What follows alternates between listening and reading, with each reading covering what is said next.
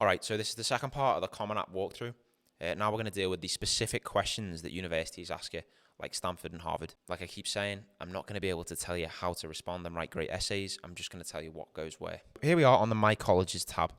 Now, if you click the arrow next to the name of the university that you're applying for, you'll see questions, recommenders and FERPA, review and submit, and for some of them, Harvard being one, you'll see a write-in supplement. We're going to work our way through the questions for the application and the write-in supplement in this recording. In the next one, we're going to deal with recommendations in FERPA. The questions start, as you can see, where the preferred start term, I mean, you've only got one option. Mine's fall 2023. This is something you'll never have heard of. There's 4 types of admission plan that you can be on. The 2 that you're going to have to deal with if you're applying to the schools that I've suggested are restrictive early action and regular decision. Restrictive early action is when you've clearly identified the school as your first choice, and you're going to put your application in by typically the start of November. If you select restrictive early action to Harvard University, for example, Harvard's the only place you can put your application in early. Some people suggest that restrictive early action is more beneficial to your admission chances. However, it doesn't really make that much of a difference, let's be honest. If you're an exceptional student, it doesn't matter if you apply early or late, they're going to want you anyway. They're the only 2 admission plans that you're actually going to have to worry about. If one of the schools you're applying to has a different one, it'll be here on the right hand side,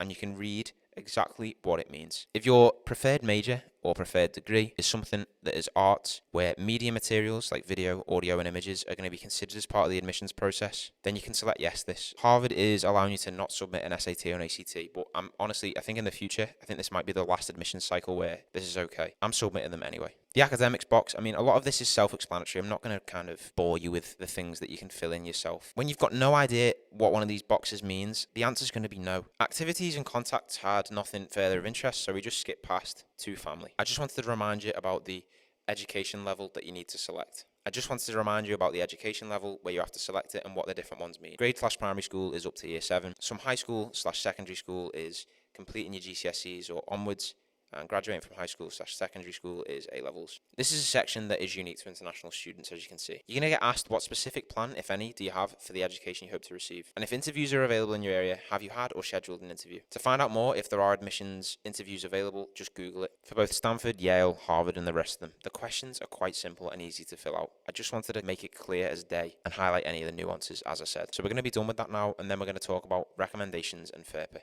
All right, so that's the specific weird details dealt with for the Common App universities. There wasn't too many of them, but now we're going to move on to assigning recommenders and something called FERPA in the next video. So let's go.